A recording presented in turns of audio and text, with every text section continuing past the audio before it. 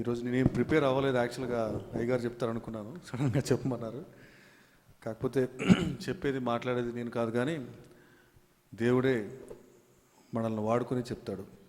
మనం అనుకున్నట్టు ఒకరోజు ఫస్ట్ టైం నేను ఇక్కడ వాక్యం చెప్పినప్పుడు బుజ్జినాన్న జీవన్ రెడ్డి అన్నాడు, డాడీ బాగా చెప్పామన్నాడు. నేను ఇప్పుడు బాగా నేను చెప్పడం ఏంటి, ఇప్పుడు మైక్ మాట్లాడుతుంది, స్పీకర్లోంచి వినపడుతుంది కదా మీకు. నా మాట వినపడుతుందా, స్పీకర్ వినపడుతుందా మీకు? స్పీకర్ వినపడుతుంది అంటే స్పీకర్ మాట అన్నట్ట. మరి ఎవరు మాట్లాడుతున్నారు? నేను మాట్లాడుతున్నట్టు. కానీ నేను కూడా మాట్లాడేది కాదు. మాట్లాడేది ఎవరు? దేవుడు మాట్లాడడానికి ఒక మీడియా కావాలి. టీవీలో ఇప్పుడు మనం ముఖ్యమంత్రి మాట్లాడుతున్నాడు అనుకోండి, మనం చూడడానికి ఏం కావాలా? టీవీ కావాలా. అందరూ పోయి డైరెక్ట్గా కూర్చొని చూడలేరు కదా, టీవీ కావాలా. టీవీలో నుంచి చూస్తే ఆయన మాట్లాడేది మనం చూస్తాం. అదేవిధంగా దేవుడు మాట్లాడే మాటలు మనిషికి చేరాలంటే ఒక మీడియా కావాలి, ఒక టీవీ లాంటి మీడియా కావాలా. ఆ మీడియా ఎవరు? ఇక్కడ బోధించే వ్యక్తి. అది ఎవరైనా సరే మాట్లాడేది మనం ఎవరు చూడాలా? దేవుణ్ణి చూడాలా. ఇదే మాట బుజ్జనానికి చెప్పాను. కాబట్టి ఈరోజు మాట్లాడింది ఎవరు జీవన్ అంటే దేవుడే మాట్లాడారు. కాబట్టి మనం ఏంటంటే కేవలం ఒక సాధనాలు, ప్రచార సాధనం అంటారు కదా, రేడియో టీవీ ఇట్లాంటి ఏమంటారు, ప్రచార సాధనం. కాబట్టి ఏంటంటే మన వ్యక్తిని ఎప్పుడు చూడకూడదు, దేవుని మాటలో వినాలి. ఆ వాక్కులు మనకేమైనా ఉపయోగపడతాయా, మనం ఏ రకంగా ఉన్నాం అని మనల్ని మనం సరిదిద్దుకోవడానికి ఉపయోగించుకోవాలి. ఈరోజు ఏం రోజు, మనం ఎందుకు వచ్చాము ఇక్కడికి? విశ్రాంతి దినము మరియు ఉపవాస ప్రార్థన. ఈరోజు ఉపవాస ప్రార్థనలో ఉండే వాళ్ళని దేవుడు ఎక్కడెక్కిస్తానన్నాడు గుర్తుందా, మర్చిపోయారా? దేశం యొక్క ఉన్నత స్థలంలోకి. రెడీగా ఉన్నారా? దేశం యొక్క ఉన్నత స్థలంలోకి వెళ్ళడానికి రెడీగా ఉన్నాడు. మీరు ప్రార్థన చేసేటప్పుడు ఇదే ప్రార్థన చేయండి, ప్రభువా నేను ఉపవాస ప్రార్థనకు వచ్చాను, నా బాధలు ఇవి, నా పరిస్థితులు ఇవి, నన్ను నువ్వు ఉన్నత స్థలంలోకి ఎక్కిస్తానని చెప్పావు. మాట ఇచ్చే దేవుడు తప్పే దేవుడు కాదు. వాక్యంలో ఒక దగ్గర ఉంది, ఆకాశము భూమి గతించినను నా మాటలలో పొల్లైనను గతింపదు. పొల్లు కూడా పోదంట. అంటే ఒకసారి దేవుడు మాట ఇచ్చాడంటే ఆ మాట పర్ఫెక్ట్, జరగాల్సిందే. ఆకాశము భూమి సమస్తం కూడా ఆయన సృజించాడు. అవును గాక, లెట్ దేర్ బి లైట్, వెలుగు కలుగును గాక అనగానే సూర్యుడు సృజింపబడ్డాడు, చంద్రుడు సృజింపబడ్డాడు. భూమి మీద ఉన్నటువంటి ఆయన వాక్కు వృక్షజాతులన్నీ వచ్చేయాలి అని ఒక మాట అనగానే మొత్తం చెట్లు అన్నట్టు పైకి వచ్చేసినాయి. అంటే అంత ప్రభావం కలిగిన వ్యక్తి ఆయన, అంత ప్రభావం కలిగినటువంటి మాటలు కలిగిన వాడు. ఆయన ఏమంటున్నాడు, దేశం యొక్క ఉన్నత స్థలముల మీద మిమ్మల్ని ఎక్కిస్తాను, ఎవరు దీనుడై గడగడ వణుకుచుండునో వాడిని నేను దృష్టిస్తున్నాను అని చెప్పంటున్నాడు. ఎవరైతే దేవుని యందు భయభక్తులు కలిగి, వినయం కలిగి, దేవుణ్ణి ప్రేమించి ఆయన సన్నిధికి వచ్చి మనం ప్రార్థన చేస్తూ ఉంటాము, వారిని ఆయన దృష్టిస్తున్నాడు, వారిని ఆయన చూస్తున్నాడు. పోయిన వారం మనం చదువుకున్నాం, దృష్టించి చూడటం అంటే పరీక్షించడం. కొన్నిసార్లు మనకి శ్రమలు వస్తాయి, ఇబ్బందులు వస్తాయి, పరీక్షించబడతాం. కానీ తద్వారా మనం ఏ రకంగా మారుతాం? సువర్ణం వలె, బంగారం లాగా మారిపోతాం, ఇంకా పరిశుద్ధులుగా మారిపోతాం. కాబట్టి ఏంటంటే మనం దేవుని సన్నిధికి రావడానికి మనం ఆసక్తితో ముందుకు రావాలి. దేవుని సన్నిధిలో మనం ప్రార్థన చేసేటప్పుడు ప్రార్థన అంటే ఏంటి అసలు? దేవునితో మాట్లాడడం, దేవునికి మన విన్నపాలు తెలియజేయటం. చాలామంది ప్రార్థన ఎట్లుంటుందంటే, పక్కన వాళ్ళకి వింటే వాళ్ళు ఏమనుకుంటారో, వాళ్ళు ఇన్నవాళ్ళు మన ప్రార్థన బాగా చేశారు అనుకోవాలేమో అన్నట్టుగా చేస్తారు. ఆ ప్రార్థన వాళ్ళు ఎవరికి ఉపయోగం లేదు. యేసుప్రభు చెప్పాడు, చాలామంది పరిసయ్యులు, శాస్త్రులు అంటే ఏంటంటే ఆ కాలంలో సంఘంలో పెద్దలు అనుకునే వాళ్ళు ఏం చేసేవాళ్ళంటే, అందరూ చూడాలని చెప్పేసి ఉపవాస ప్రార్థన రోజు తలంటి స్నానం చేసుకొని, తెల్ల బట్టలు వేసుకొని వీధుల్లో అక్కడక్కడ నుంచొని ప్రార్థన చేస్తుండేవాళ్ళంట. వాళ్ళందరూ చూసిన వాళ్ళు ఏమనుకునేవాళ్ళంటే, అబ్బా వీళ్ళంతా భక్తిపరులో అనుకునేవాళ్ళంట. కానీ వాళ్ళ జీవితాలు ఎట్లున్నాయంట? సున్నం కొట్టిన సమాధుల్లాగా ఉన్నాయని చెప్పి యేసుప్రభు చెప్పాడు. సున్నం కొట్టిన సమాధులు అంటే బయట చూడటానికి ఎలా ఉంటారు? వీళ్ళు చాలా నీట్గా తెల్లగా ఉంటారు, లోపలే ఉంటుంది, హృదయంలో కుళ్ళు కుషితం ఇటువంటి అన్నీ ఉంటాయి. అటువంటి అన్నీ పెట్టుకుంటే వాళ్ళు ఎవరికి ఉపయోగం ఉంది? చేసేవాళ్ళకి ఉపయోగం లేదు. దేవుడు అసలు వినను కూడా వినడు. దేవుడు ఒక వాక్యంలో అంటాడు, రక్షించనేరక నా చేతులు కురచ కాలేదు, విననేరక నా చెవులు మందము కాలేదు. కానీ ఏమైందంట? మీ దోషములు మధ్యలో అడ్డొచ్చినాయి. అంటే ఏంటంటే దేవునికి మనకి ఏముండకూడదు, మధ్యలో దోషములేయి ఉండకూడదు. దోషములు అంటే పెద్ద పెద్ద దోషాలు అవసరం లేదు. మనం పోయిన వారం అనుకున్నాం, చిన్న చిన్న దోషాలు, అసూయ, కోపము, పగ, లేదంటే ఇటువంటివన్నీ నోటు మాటల ద్వారా బూతులు మాట్లాడడం, ఇటువంటి చిన్న చిన్నవన్నీ మనం తప్పిపోతూ ఉంటాం. అటువంటివన్నీ దేవునికి ఏమొస్తాయంట? అడ్డొస్తాయి, దేవుని ముఖానికి మరుగు చేస్తాయి. కాబట్టి మన దోషాన్ని ఒప్పుకున్నప్పుడు ఏమవుతాం? దేవునికి మనకి డైరెక్ట్ యాక్సెస్ అనేది వస్తుంది. అప్పుడు మనం చేసే ప్రార్థన దేవుడు వింటాడు. ప్రార్థించడం అంటే ఏదో ఊరికనే మనం ఫార్మాలిటీ చేయటమో లేకుంటే పక్కన వినాలని చేయటమో కాదు, కానీ మన యొక్క హృదయాంతరంగాల్లోంచి మనకి ఆ ప్రార్థన రావాలి. మనం తండ్రితో సంభాషిస్తున్నట్టుగా మనం చెప్పాలి. ఒక తండ్రితో మనం ఏ విధంగా అయితే మన బాధలు చెప్పుకుంటామో అదేవిధంగా మన బాధలు ఆయనకి చెప్పుకోవాలి. చెప్పుకున్నప్పుడు ఆయన వింటాడు. మనం చాలాసార్లు ప్రార్థన చేస్తాం. ఏమని ప్రార్థన చేస్తాం మనం? తండ్రి ఈ ప్రార్థన విను అని. తండ్రి అంటే ఏంటి చెప్పండి? తండ్రి అంటే ఈ బైబిల్ ట్రాన్స్లేషన్ చేసిన కాలం 1800 సంవత్సరంలో చేశారు. ఆ కాలంలో అందరూ వాళ్ళ నాన్న ఏమని పిలిచేవాళ్ళంటే తండ్రి గారని పిలిచేవాళ్ళు వాళ్ళు. కాబట్టి బైబిల్ ఏమని రాశారు? తండ్రి అని రాశారు. ఈ కాలంలో రాస్తే ఏం రాయాలి? దాన్ని ఏం రాయాలా? డాడీ అని రాయాలా? డాడీ అని మీరు ప్రార్థన చేస్తారా? చెయ్యాలి. చేసినప్పుడు ఆయనకి నీకున్న అనుబంధం అనేది మనకు అర్థం అవుద్ది. మన ఊరికినే తండ్రి మాట ఏంటంటే తండ్రి అంటే ఏదో పేరులాగా అయిపోయింది తప్ప నీకు నిజంగా తండ్రితో మాట్లాడుతున్న ఫీలింగ్ ఉందా? లేదు. మనం అటువంటి భావంతో మనం ప్రార్థన చేసినప్పుడు మన యొక్క హృదయాన్ని ఆయన ముందు కుమ్మరించుకోగలం.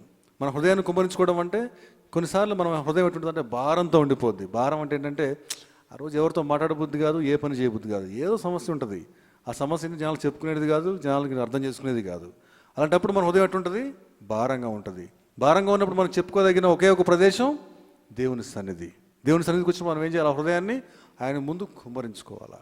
కుమ్మరించుకోవాల్సినప్పుడు ఎట్లా ప్రార్థన చేయాలా? మళ్ళీ తండ్రి అంటే ఆయన ఎవరో మనకు తెలియదు. తండ్రి అంటే ఆయన ఒక పేరు. అట్లా కాకుండా నాన్న ఇది నా పరిస్థితి, డాడీ ఇది నా పరిస్థితి, నేను ఏం చేయమంటావు? డాడీకి పంపమంటావు అని ప్రార్థన చేస్తే దేవుడు ఏం చేస్తాడు? వింటాడు.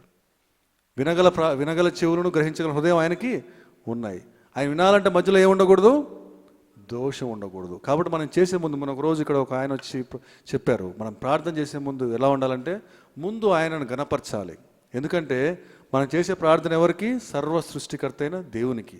ఆ దేవుడు ఎటువంటి వాడు? ఆకాశమైన సింహాసనము, భూమి ఆయన పాదపీఠం. సమస్తాన్ని సృజించి సమస్తాన్ని పరిపాలిస్తున్నవాడు. ఈ రోజుకి సమస్తాన్ని పరిపాలిస్తున్నవాడు ఆయనే. కాబట్టి ఏంటంటే ముందు ఆయన గొప్పతనం గురించి మనం చెప్పాలి, ఆయన ఔన్నత్యం గురించి మనం మాట్లాడాలి.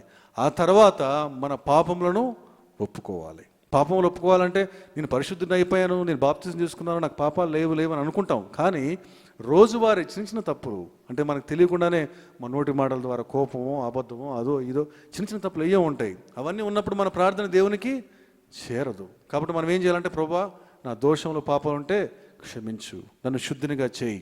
ఎట్లా ఉండాలంటే మన హృదయం ఎట్లా ఉండాలంట? తెల్ల కాగితంలాగా ఉండాలా, తెల్ల చెట్టు మాదిరి ఉండాలి. అంతే తప్ప ఏంటంటే మరకలు గిరకలు ఏమీ ఉండకున్నట్లుగా మనం దేవుని సన్నిధిలో ప్రార్థన చేసి మన హృదయాన్ని శుద్ధి చేయమని ప్రార్థించాలా.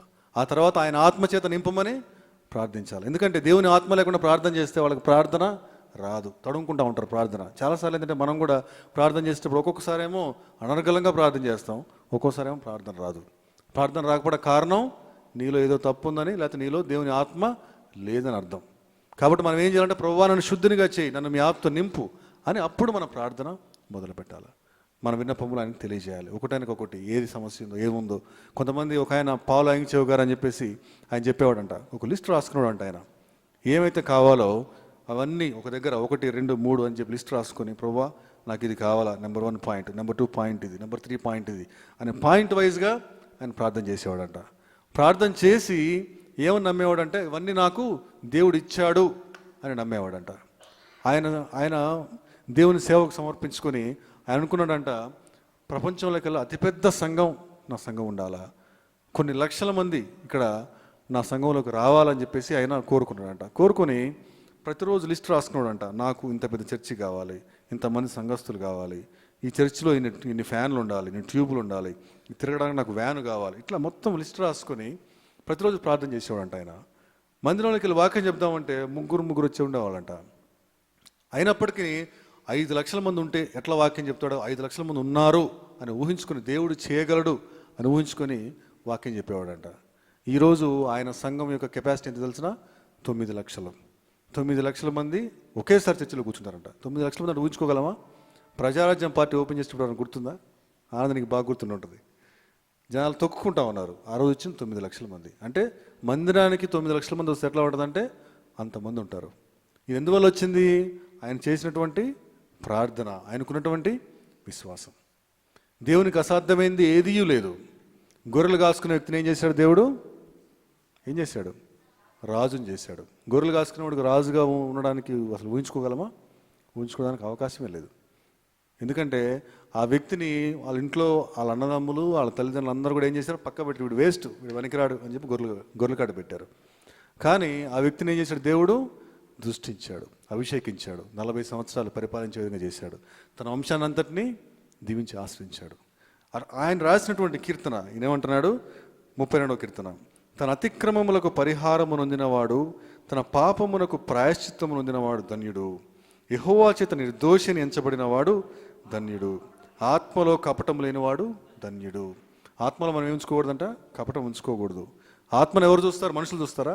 చూడరు, దేవుడే చూస్తాడు. కాబట్టి దేవుడి ముందు ఏంటంటే మనం ప్రార్థన చేయాలి. కొన్నిసార్లు ఏంటంటే మన తప్పులు మనకు తెలవదు. మనం ఏమనుకుంటామంటే నేను చాలా పర్ఫెక్ట్ అనుకుంటాం, నాకు అన్నీ కరెక్ట్గానే ఉన్నాయి అనుకుంటాం. కానీ దేవుని సన్నిధిలో మనం కనిపెట్టాలి, ప్రభువా నాలో ఏమైనా లోపం ఉంటే సరిదిద్దుకుంటాను, నాలో ఏమైనా తప్పు ఉంటే నేను సరి చేసుకుంటాను, నాది ఏమంటే చూపించు అని చెప్పేసి మనం ప్రార్థన చేయాలి. ప్రార్థన చేసినప్పుడు దేవుడు ఆటోమేటిక్గా మనకు చూపిస్తాడు. పెద్ద పెద్ద తప్పులేం కాదు, మన ప్రవర్తన, మన మాట తీరు, మన వ్యవహారం, మన చూపు, ప్రతి దానిలో కూడా దేవుని దృష్టికి మనం నిష్కళంకంగా ఉండాలి. ఎందుకంటే మనం జీవించేది ఎక్కడున్నాం? మామూలు లోకంలో జీవిస్తున్నాం. లోకంలో జీవించినప్పుడు ఇంకొక దగ్గర ఉంటుంది, యవనస్తులు తప్పక తొట్టిల్లుదురు. కాబట్టి ఏంటంటే యవనస్తులు తొట్టిల్లేదానికి అవకాశం ఉంటుంది, ఏదో రకంగా వాళ్ళ మాటల్లోనో నోటిలోనో చూపులోనో ఏదో రకంగా. కానీ మనం దేవుని సన్నిధిలో ప్రార్థించినప్పుడు మనం ఏమవుతాం? శుద్ధి చేసుకుంటాం. శుద్ధి చేసుకున్నప్పుడు మనం ప్రార్థించినప్పుడు దేవుణ్ణి ఒక తండ్రిగా, ఒక నాన్నగా భావించి మనము ఆయన్ని పిలిచి ప్రార్థన చేసినప్పుడు ఆయన ప్రార్థన అయినా వింటాడు.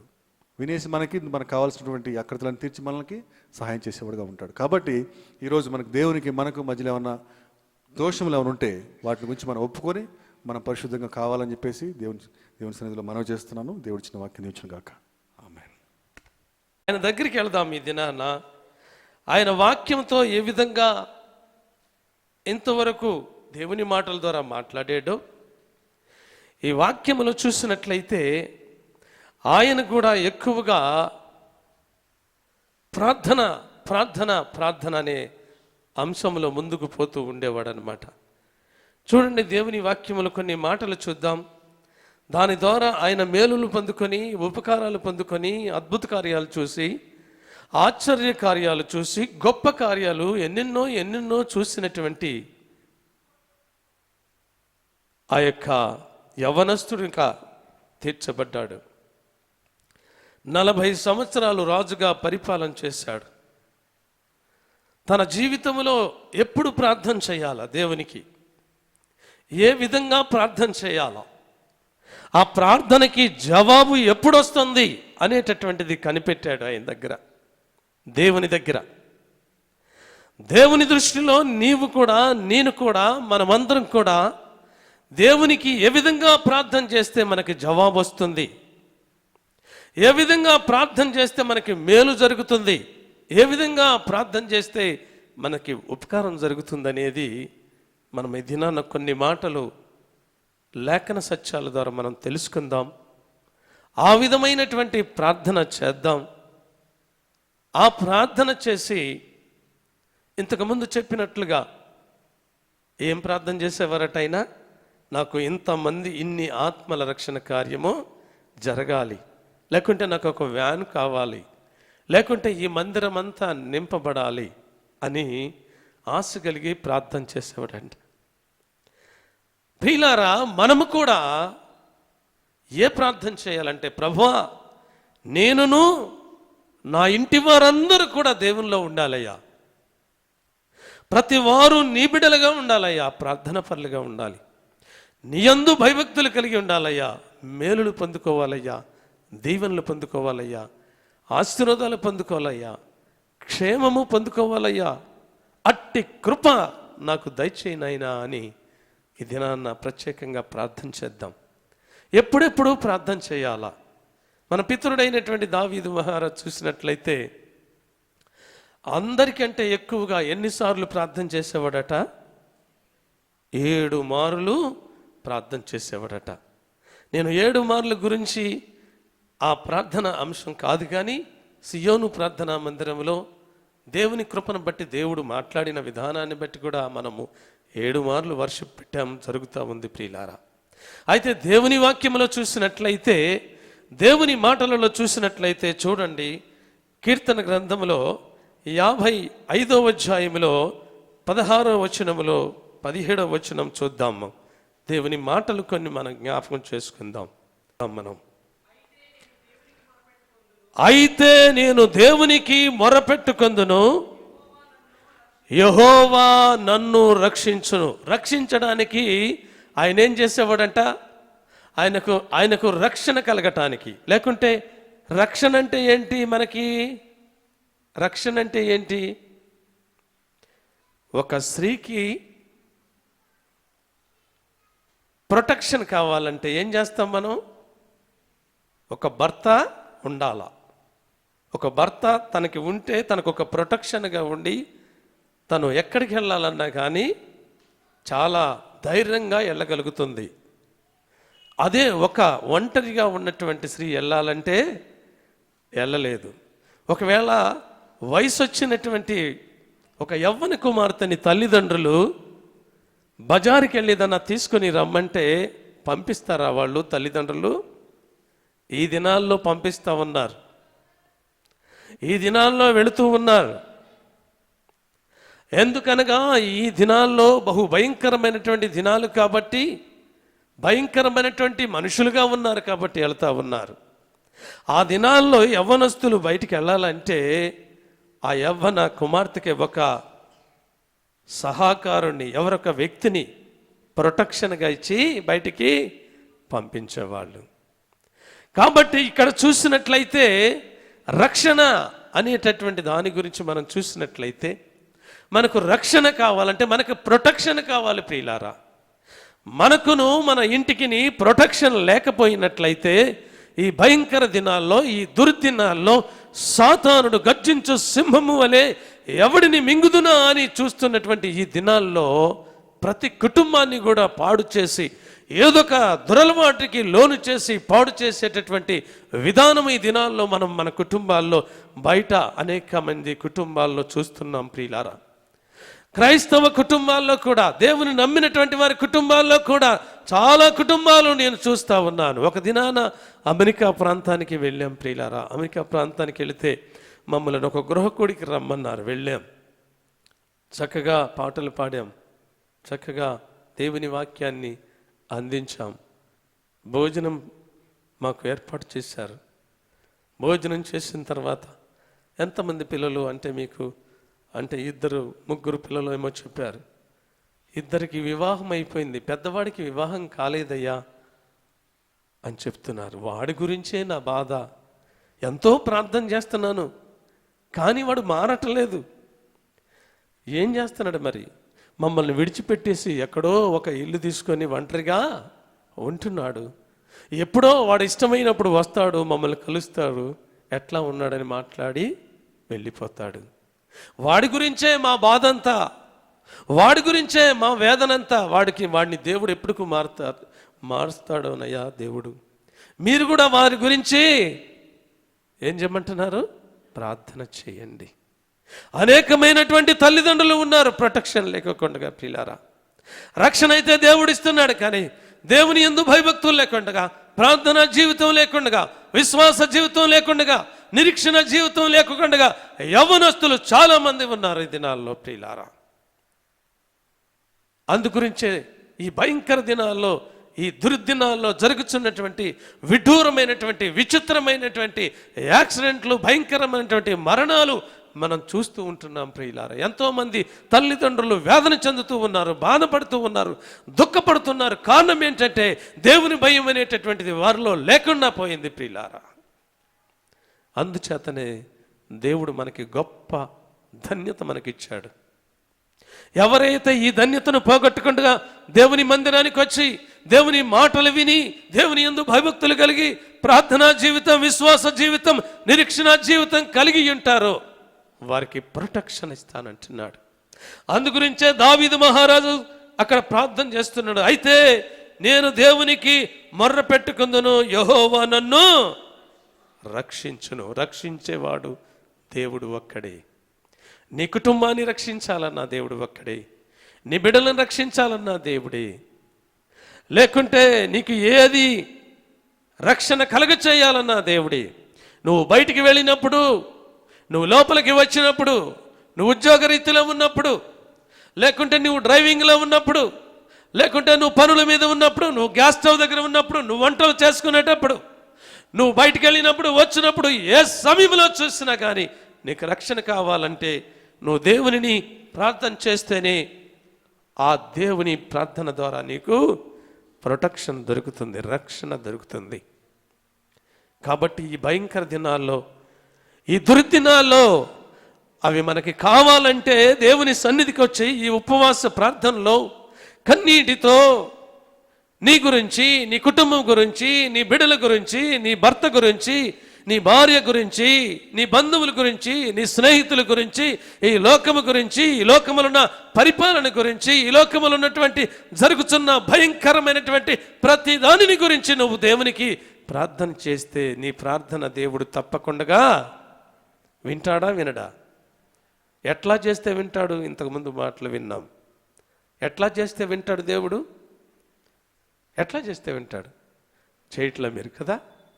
ఎంతమంది ప్రార్థన, నా ప్రార్థన దేవుడు విన్నాడు, నేను ప్రార్థన చేస్తాను అంటే ధైర్యంగా చెప్పగలుగుతారా మీరు? మాట రావట్లేదు కదా. అంటే మీరు ప్రార్థన చేయట్లేదు. వింటాడో వినడో, చేస్తాడో చేయడో, అవుతుందో కాదో. ప్రియులారా, దావీదు అట్లా కాదు. ఆయన అంటున్నాడు, అయితే నేను దేవునికి మొర్ర పెట్టుకుందను, యెహోవా నన్ను రక్షించును అని ఆయన ప్రార్థన మొదలు పెడుతున్నాడంట. చూడండి ఏ విధంగా ప్రార్థన మొదలు పెడుతున్నాడో. ఆ 17వ వచనంలో చూసినట్లయితే, సాయంకాలమున, ఉదయమున, మధ్యాహ్నమున నేను ధ్యానించు మొర్ర పెట్టుచున్నాను. దేవునికి మహిమ కలుగును గాక. హల్లెలూయా, హల్లెలూయా, హల్లెలూయా. ఎప్పుడు చేస్తున్నాడు ప్రార్థన? ఇప్పుడు చెప్పాలి. ఎట్లా, ఎప్పుడెప్పుడు ప్రార్థన చేస్తున్నాడంట? ఒకటి సాయంకాలమున, ఉదయమున, మధ్యాహ్నమున. దేవునికి మహిమ కలుగును గాక. హల్లెలూయా. 3 సందర్భాలలో ప్రార్థన చేస్తున్నాడు. దినమునకు 3 పర్యాయములు చేస్తూ ఉన్నాడు, మొరపెడతా ఉన్నాడు. దేని గురించి మొరపెడుతున్నాడంటే, తన 40 సంవత్సరాలు రాజుగా పరిపాలన చేశాడంటే తన కోసము, తన కుటుంబం కోసం, తన బిడ్డల కోసం, తన పరిపాలిస్తున్నటువంటి ఇజ్రాయేలీల నిమిత్తం.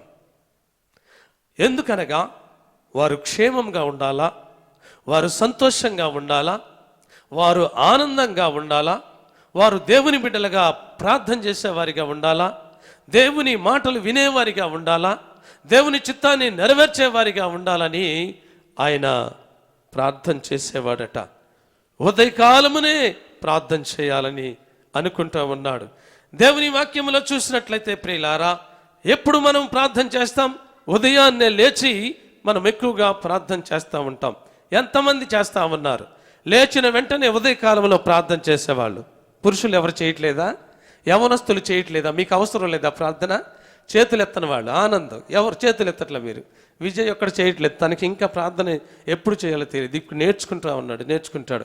వెనక కూర్చున్నటువంటి రాజు, సుధాకర్, మీరు పొద్దున్నే ఉదయాన్నే ప్రార్థన చేయట్లేదా? మీరు ప్రార్థన చేయట్లేదా? ఎందుకు చేయట్లేదు మీరు? కారణం, 9 గంటల దాకా పడుకుంటున్నారా? 10 గంటల దాకా పడుకుంటున్నారా? కాదు. ఉదయమునే, వేకువజామునే లేచి నువ్వు ప్రార్థన చేయాలా. ప్రతి వారు కూడా ప్రార్థన చేయాలా. తన కుటుంబం నిమిత్తం ప్రార్థన చేయాలా, తన బిడ్డల నిమిత్తం ప్రార్థన చేయాలా, మొర్ర పెట్టుకోవాలా, విజ్ఞాపన చేయాలి. చేసినట్లయితే దేవుడు తప్పకుండా నీ కుటుంబానికి గొప్ప అద్భుత కార్యాలు, ఆశ్చర్య కార్యాలు చేస్తాడు.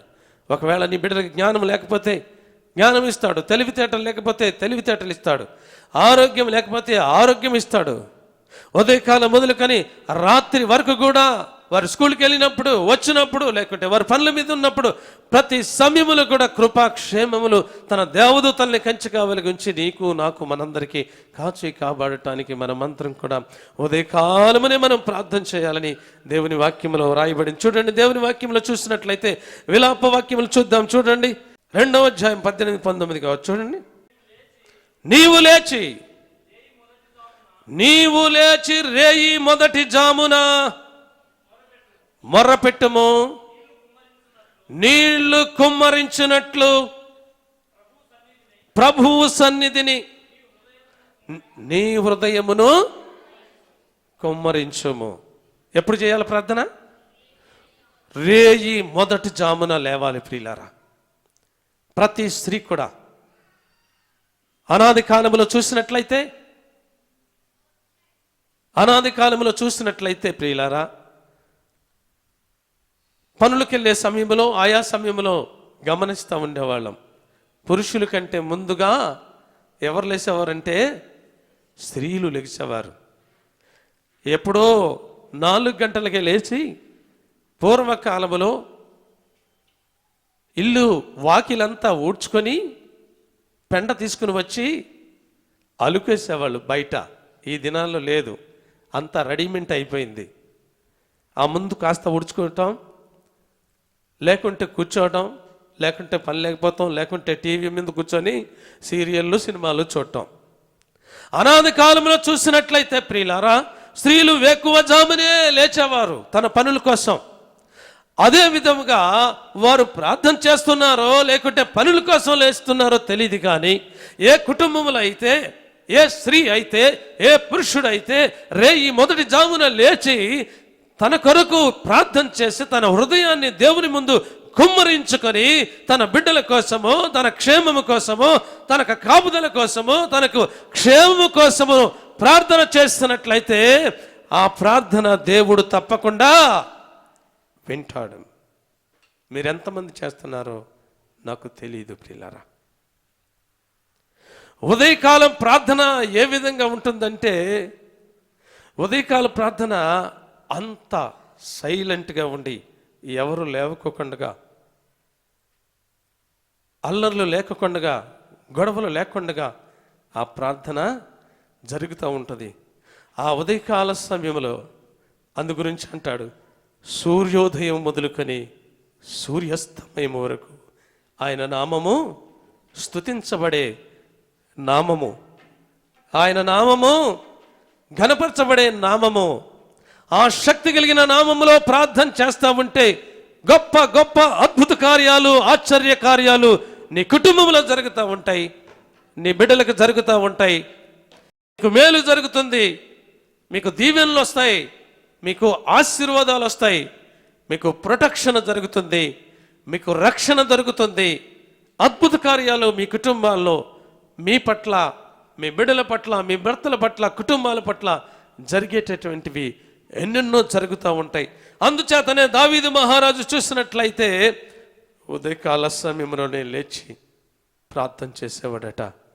అందుచేతనే 40 సంవత్సరాలు ఆయన రారాజుగా పరిపాలన చేయడానికి, ఇజ్రాయేలీల మీద పరిపాలన చేయడానికి దేవుడు గొప్ప జ్ఞానం ఇచ్చాడు, గొప్ప ఆలోచన ఇచ్చాడు, గొప్ప వివేకం ఇచ్చాడు, గొప్ప తెలివితేటలను ఇచ్చాడు. ప్రియులారా, దేవుడు కూడా ఈ రాత్రి వేళ నీవు కూడా నీ జీవితంలో ఈ ప్రార్థన నేర్చుకోవాలని మనకి హెచ్చరిక చేస్తున్నాడు.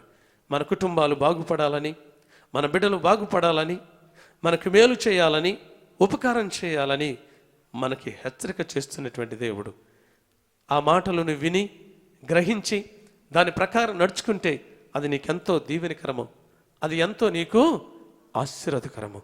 అందుకని నువ్వు ఉదయాన్నే లేచి నువ్వు ప్రార్థన చేయాలి.